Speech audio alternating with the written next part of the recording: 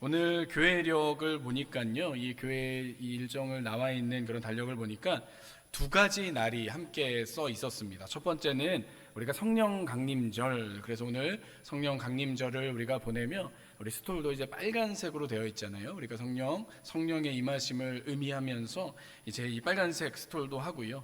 하나님이 영인 보혜사가 우리 가운데 오셨다. 예수님께서 부활하신 지 50일째 되는 날에 제자들에게 임하신 그 날을 함께 바라보는 성령 강림절로 지키고 있습니다. 또 한 날이 써져 있었는데요. 그 날은 부처님 오신 날이라고 적혀 있었습니다. 여러분 혹시 어릴 때 이 날을 굉장히 기다리시지 않으셨습니까? 저는 이 날을 굉장히 기다렸어요. 제가 부처님을 기다린 게 아니고 이 부처님 오신 날은 쉬는 날, 빨간 날이었기 때문에 그 날을 굉장히 좋아했던 그런 기억이 납니다. 그러나 우리에게 있어서는요, 부처님이 오셔서 좋은 날이 아니고 성령이 우리 가운데 오셨기 때문에 성령으로 인하여 충만한, 성령으로 인하여 기쁜 그런 복된 주일 되시기를 간절히 소망합니다. 제가 고등학교 시절에 이제 학교마다 굉장히 재밌는 선생님들이 계시잖아요. 굉장히 재밌는 선생님 중에 한 분이셨는데 그분은 사실 저희 반을 이제 담당하시는 선생님은 아니셨습니다. 그래서 제가 그 선생님을 마주하거나 배울 기회는 거의 없었는데 그날따라 저희 있던 선생님께서 다른 일정으로 인해 자리를 비우셨던 거죠. 그래서 그분이 이제 그날 그 빈자리를 이제 채우시기 위해서 수업에 들어오셨던 그런 날이었습니다. 그런데 그분이 오셔서 저희 반 아이들이 이제 굉장히 어색하죠. 원래 수업을 가르치는 아이들이 아니다 보니까 대부분 모르는 친구들이 있는데 갑자기 저희 이제 반의 아이들을 이렇게 쭉 훑어보시는 거예요. 그리고 시선이 저에게서 딱 멈추셨습니다. 그리고 갑자기 저를 계속해서 쳐다보시더니 저에게 한번 자신의 그런 포즈를 좀 따라 해보라고 하시면서 손을 이렇게 한번 해보라고 하시는 거예요. 그래서 제가 처음 보는 선생님, 잘 모르는 선생님인데 또 선생님이 또 말씀하시는 제가 안 할 수는 없잖아요. 그래서 제가 영문도 모른 채 그냥 선생님이 하시는 대로 그냥 똑같은 포즈를 따라 했습니다. 그러자 그 재미있던 선생님이 웃으면서 말씀하시기를 너는 공부하지 말고 나중에 커서 어떤 일들이 있을 때 그냥 그 손 표정을 하면서 지그시 웃으면 웬만한 사람들이 다 이해를 해줄 것 같다. 너의 표정을 보니 마치 부처님과 같다라고 하는 그런 칭찬을 저에게 해주셨습니다. 그런데 저에게는 왠지 그 이야기가 칭찬으로 들리지는 않았겠죠. 왜냐하면 저는 교회에 다녔기 때문에 부처님을 닮아서 표정이 좋다라고 하는 그 이야기는 저에게 크나큰 장점이나 칭찬으로 들려지지는 않았습니다. 그래도 제가 늘 그런 것은 아니지만 그때 당시에 수업 시간에는 참 표정이 좋았었나 보다라는 그런 생각만 해보았습니다. 여러분 우리가 예수님을 믿는다라고 하는 것은 이런 표정이 자주 나타나는 그런 삶이었으면 좋겠습니다. 우리가 예수님을 믿는다라고 이야기를 하면서도 항상 우리가 표정이 어둡고 인상을 쓰고 있고 너무나 사람들이 다가오기 힘든 그런 표정으로 살아가는 것이 아니고 누군가에게 이렇게 다가오기 편한, 누군가에게 푸근함을 줄 수 있고 누군가를 마음을 편안하게 해줄 수 있는 그런 표정이 우리에게 있었으면 좋겠습니다. 그런데 우리에게 그런 표정이 있으려면요, 우리가 불교의 입문에서 그리고 우리가 그 교리를 배워서 우리가 그 표정을 가지게 되는 것은 아닐 것 같고요. 우리가 그 부처님상을 자주 본다고 해서 그 표정을 가지게 되는 것은 아닐 것 같습니다. 우리에게 참된 평강이 있을 때, 우리 마음속에 그런 표정이 나올 수 있는 이유들이 있을 때 우리는 억지로 지어내는 표정이 아닌 마음속에 우러나오는 기쁨으로 살아갈 수 있다는 것이죠. 우리가 그렇게 살아갈 수 있는 이유는 단 한 가지, 하나님이 우리와 함께 하시기 때문인 줄로 믿습니다. 하나님이 우리와 함께 하시기 때문에 하나님만이 우리에게 참된 평강과 기쁨을 주시기 때문에 우리는 우리 마음속에 우러나오는 그 표정으로, 그 기쁨으로 살아가게 될 줄로 믿습니다. 2025년 종교인식조사에서 이 종교 분포도를 조사를 한 그런 설문조사가 있는데요. 그 중에서 가장 많은 숫자는 어디일까요? 가장 많은 숫자, 가장 많은 비율, 바로 51%의 답변을 했던 바로 무종교라고 하는 그런 대답이 제1위였다고 합니다. 그 다음에가 이제 우리가 잘 알고 있는 개신교 20%, 그리고 불교 16%, 다음이 천주교 11%였다고 합니다. 그리고 나머지가 이제 기타라고 그렇게 기입을 했다고 하죠. 우리 주변에 보면요, 자신이 불교라고 생각을 하고 불교에 이렇게 기입하는 사람들이 이렇게 참 많은 것 같습니다. 그런데 재미있는 게 저희가 이제 교회 안에 있고 대부분 이제 교회에 다니고 예수님을 믿는 사람들만 만나게 되어 있어서 그런지 주변에 이제 불교를 믿는다라고 이야기하는 사람을 자주 못 만날 때가 있는 것 같습니다. 그러다가 언제 이렇게 우리 불교인 사람이 우리나라에 많구나라는 생각이 드는 것은 바로 이 즈음이 되면 많은 연등들을 보면서 저는 그런 생각이 드는 것 같습니다. 이 수많은 연등을 보면서 불교를 믿는다라고 생각하시는 분들이 이렇게도 많구나라는 그런 생각이 든다는 거죠. 우리나라에 이 불교가 들어온 역사와 기독교가 들어온 역사는 엄청나게 큰 시간의 차이를 가지고 있습니다. 불교는 삼국시대부터 들어와서 무려 1600여 년 정도가 되었고요. 그리고 기독교는 이제 막 우리나라에 들어온 지가 한 140여 년 정도 되었다라고 하죠. 이렇게 우리가 믿게 된 기간 자체가 큰 차이를 가지고 있는 것이 바로 이 기독교와 불교인 것 같습니다. 그런데 이 기간의 차이보다 더 큰 차이가 있는데요. 그것은 바로 이 종교가 의미하는 바라보는 방향성이 엄청난 차이를 가지고 있다는 것입니다. 이 불교라고 하는 것은 바로 나의 그런 가치를 매우 중요하게 여깁니다. 그렇기 때문에 모든 원인들을 나에게서, 자신에게서 찾으려고 한다는 거죠. 우리에게 찾아오는 어떤 어려움이나 힘든 시간들도 바로 나의 문제로 보고 자신의 마음을 돌아보는 것을 통하여서, 그리고 수행하고 고행하는 시간들을 통하여서 그 모든 상황들을 이겨낼 수 있다라고 주장하고 있다는 것입니다. 그리고 우리가 많이 들어본 것처럼 내가 스스로 깨달음을 얻어 내가 열반의 경지에, 해탈의 경지에 오를 수 있다, 나도 부처가 될 수 있다라고 하는 그런 이야기들을 불교에서 주로 하고 있다는 것입니다. 그러나 우리가 믿는 이 예수 그리스도, 우리가 다니는 교회는 완전히 다른 방향을 우리에게 이야기해 주고 있습니다. 우리에게 있어서는 내가 중요한 것이 아니고 우리는 오직 하나님 한 분만이 중요하다라고 그렇게 고백하고 살아가게 된다는 것이죠. 물론 우리보다 하나님을 더 낮게 여기고 하나님을 따라 살지만 하나님께서 반대로 우리를 사랑하시기 때문에 우리의 가치가 인정받고 우리의 가치가 높아지는 그런 놀라운 일들이 함께 일어나는 것, 그것이 바로가 우리가 믿는 그런 믿음의 방향성인 것 같습니다. 하나님을 믿고 나는 작아지려고 할 때, 나는 죽고 예수로 살아가려고 할 때 하나님께서 우리의 모든 것을 다스리시며 우리와 함께 하시어 우리가 구원받은 사람으로 살아가게 되는 것, 우리에게 원하시는 믿음의 사람으로 살아가게 되는 것, 우리가 바라보는 삶의 모습이, 믿음의 방향성이 바로 여기에 있는 줄로 믿습니다. 이와 같이 불교와 우리가 믿는 교회의 그런 가치관이 너무나도 크게 다르다라고 하는 것이죠.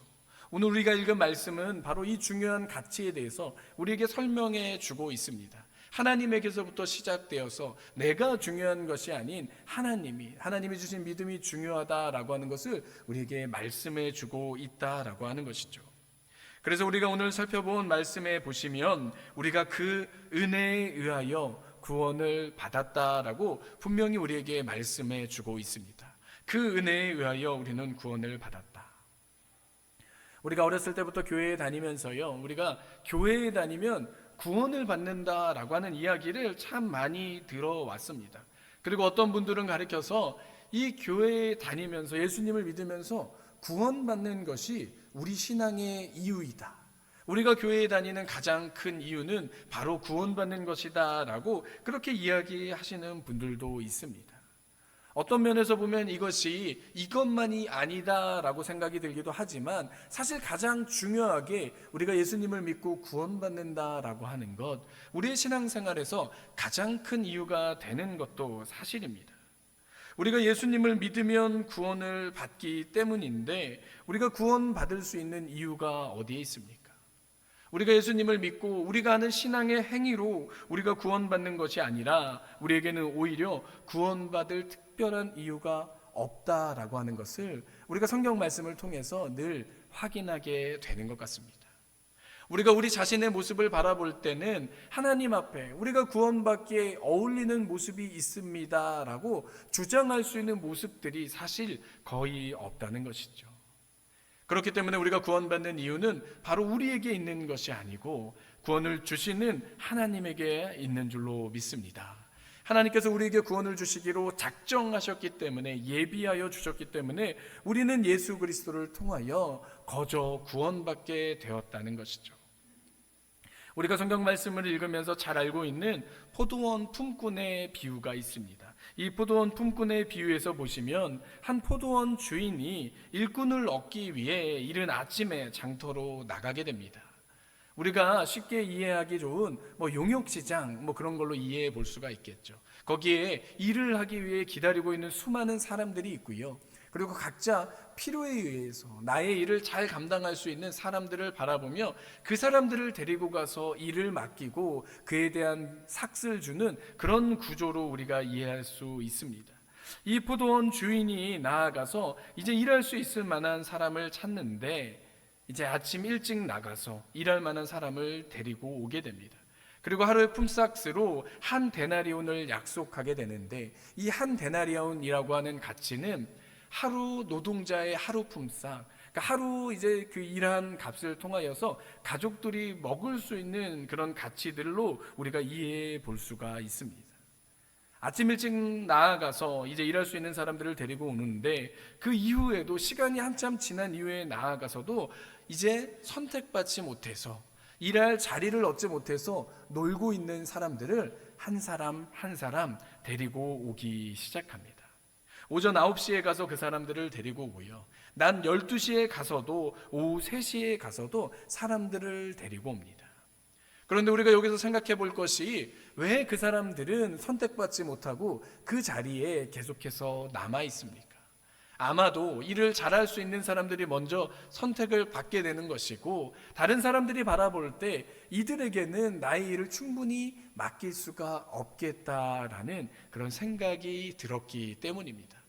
선택받지 못했기 때문에 계속해서 그 자리에 남아 있었고 사실 아침 일찍이 지나고 나면 그 사람이 일터로 나아갈 확률은 거의 사라지게 된다는 것이죠. 그렇게 이제는 일을 포기하고 내가 그냥 이제 같이 있는 사람들과 이야기를 나누다가 돌아가야 되겠다라고 생각을 하고 있었는데 갑자기 한 포도원 주인이 와서 그 사람들을 데리고 가기 시작했다는 것이죠. 그리고 이제는 일을 마치기 직전인 오후 5시에 나가서도 장터에서 서성이며 선택받지 못했던 사람들을 데리고 와서 일을 맡기게 됩니다. 그리고 나서 시간이 모두 맞춰진 이후에 그들에게 이제 약속된 품삯을 주기 시작하는데 이 한 데나리온씩을 똑같이 주게 됩니다. 그리고 그 일을 바라보는 먼저 온 사람이 내가 더 많은 품삯을 받을 거라고 생각했는데 왜 뒤늦게 온 사람과 먼저 온 내가, 더 많은 일을 한 내가 똑같이 품삯을 받습니까? 라고 그렇게 항의하는 장면이 이 포도원 품꾼 비유 가운데 나타나고 있습니다.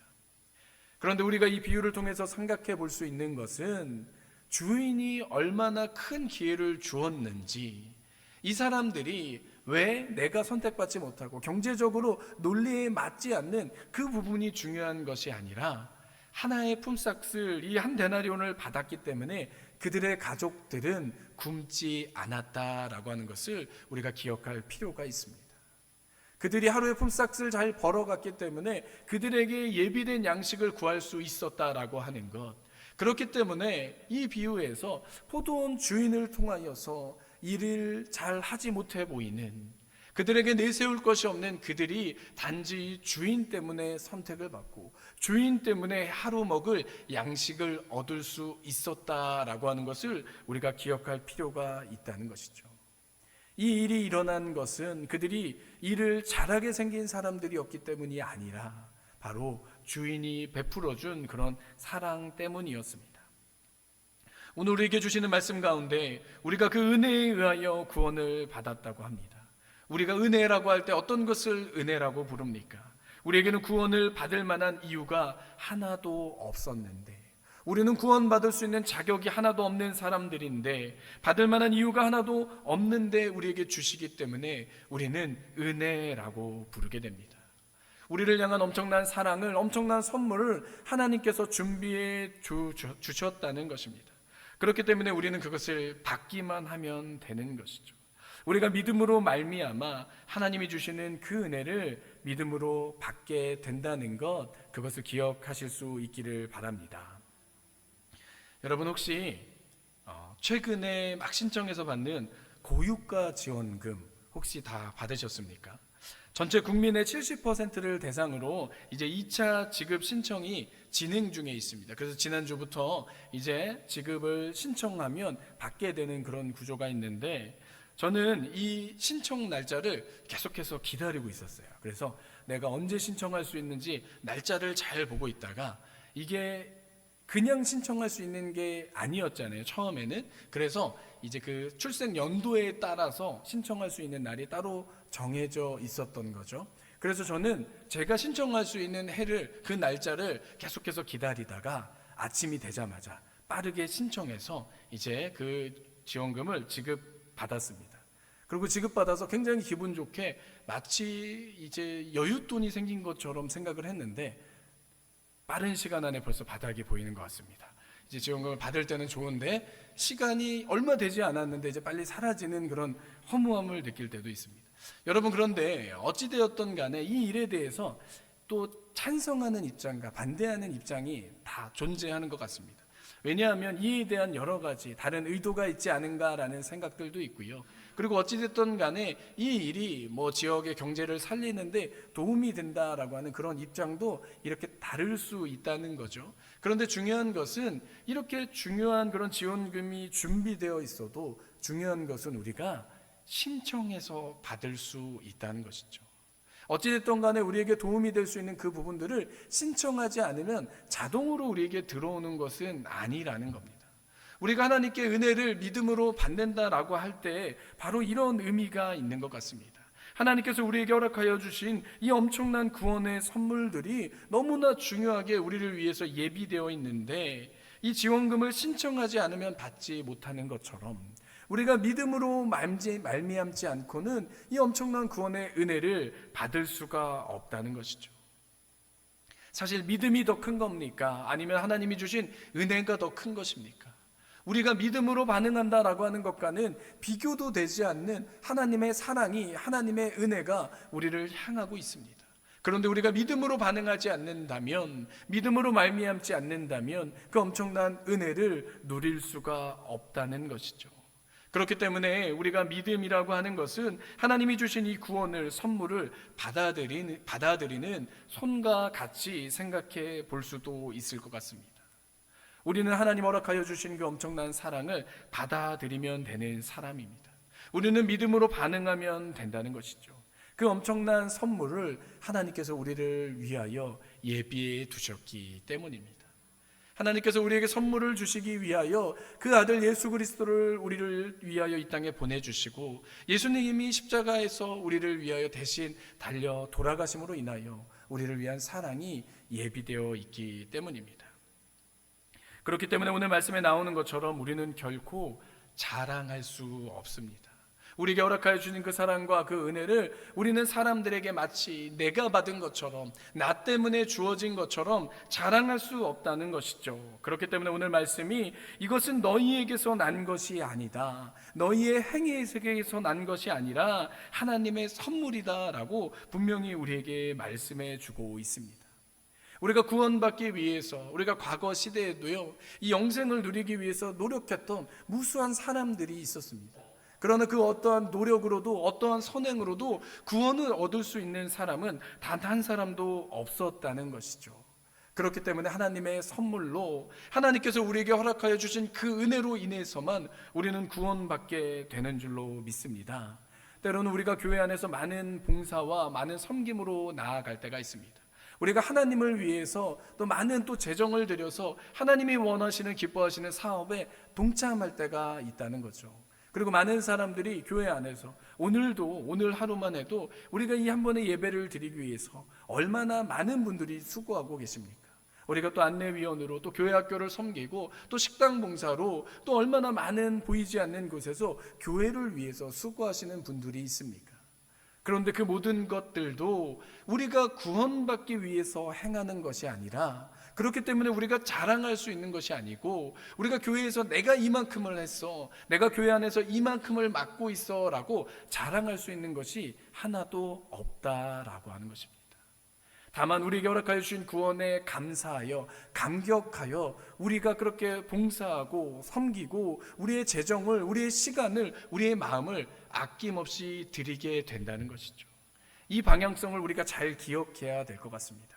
우리가 구원받기 위해 그러한 일들을 행하는 것이 아니고, 우리에게 주신 그 구원의 은혜에 감사하여 감격하여 하나님을 섬기고 교회를 섬기고 내가 가진 시간을, 내가 가진 마음을 하나님께 기꺼이 올려드리게 된다는 것이죠. 우리가 이 믿음 안에 설 때 하나님이 주신 그 사랑을, 하나님께서 주신 은혜를 선물로 받아들이게 될 때 우리는 자랑하거나, 때로는 나를 알아주지 않아서, 교회에서 내가 이만큼 섬기는 것을 누가 인정해 주지 않아서 상처받는 일들이 일어나지 않을 것 같습니다. 나에게 주신 그 엄청난 은혜 때문에, 나를 구원하여 주신 그 사랑 때문에 우리는 기꺼이 하나님을 위하여 더 드리지 못해 안타까워하며, 오히려 더 섬기지 못해 안타까워하며 기쁨으로 올려드리게 되는 줄로 믿습니다. 우리에게 허락하여 주신 하나님의 엄청난 사랑, 선물, 우리가 그 모든 것들을 바라볼 때마다 우리가 깨닫게 되는 것은 오직 은혜입니다. 구원은 하나님께서 우리에게 그냥 허락하여 주시는 엄청난 사랑입니다. 이 사실을 기억하며 내가 드러나는 것이 아닌, 내가 더 하나님 앞에 나아가는 것이 아닌, 오직 하나님의 은혜 가운데 나아가는, 하나님의 은혜로 변화될 수 있는 은혜가 우리 가운데 있기를, 예배 가운데 있기를 간절히 소망합니다. 한 가지 이야기를 드리고 말씀을 마치려고 합니다. 여러분은 혹시 매년 9월 9일이 되면 그 날이 어떤 날로 지켜지는지 혹시 알고 계십니까? 이 9월 9일은 장기 기증의 날이라고 합니다. 장기 기증으로 인하여 혹시라도 뇌사가 일어나는 그런 상황이 되면 장기 기증을 통하여 9명의 생명을 구할 수 있다라고 하는 그런 슬로건을 가지고 생명 나눔의 의미를 가지고 보건복지부가 지정한 법정 기념일이라고 합니다. 이 장기 기증이라고 하는 것이 누군가의 절망을 희망으로 바꾸는 일이 되기 때문에, 누군가에게는 생명을 주는 날이기 때문에 이 날이 굉장히 의미 있는 날이 되는 것 같습니다. 이렇게 기증을 받게 된 그런 환자들의 그런 이야기들이 있는데요, 그런 감사의 고백들이 있는데요, 그런 감사의 고백들을 대부분 들어보면 이들이 오랜 병마와 싸우면서 어쩔 수 없는 그런 무력감을 경험하게 되었다고 합니다. 왜냐하면 병을 치료하기 위해서 수많은 방법을 다 동원했는데 결코 더 나아지지 않고 더 좋아지지 않는 그런 어려움을 항상 만나게 되었다는 거죠. 오히려 생명조차 유지할 수 없는 그런 어려운 상황들이 자꾸만 찾아오게 될 때 내가 아무것도 할 수 없구나, 내가 할 수 있는 것이 없구나라고 여겨지는 그런 상태에 이르게 되었을 때, 그때 기증자가 나타나게 되었다고 합니다. 내가 더 이상 손쓸 수 있는 것이, 내가 노력할 수 있는 것이 아무것도 없었는데 그때 나타난 기증자로 인하여서 이렇게 기증을 받게 되고, 내가 아무것도 할 수 없는 그 상황 가운데 단지 이 기증자의 기증을 통하여서 내가 다시 살아나게 되었구나, 나 때문이 아닌, 나의 노력 때문이 아닌 어느 누군가의 도움을 통하여서 나에게 새로운 생명이 생겨나게 되었구나라고 하는 그런 감사의 고백이 나타나게 된다고 합니다. 이렇게 기증받은 사람들이 내가 이제는 점점 내 생명이 꺼져가고 있는 그런 암울한 가운데 다시 생명을 얻게 된 사람들이 그 이후에는 어떻게 살아가게 되겠습니까?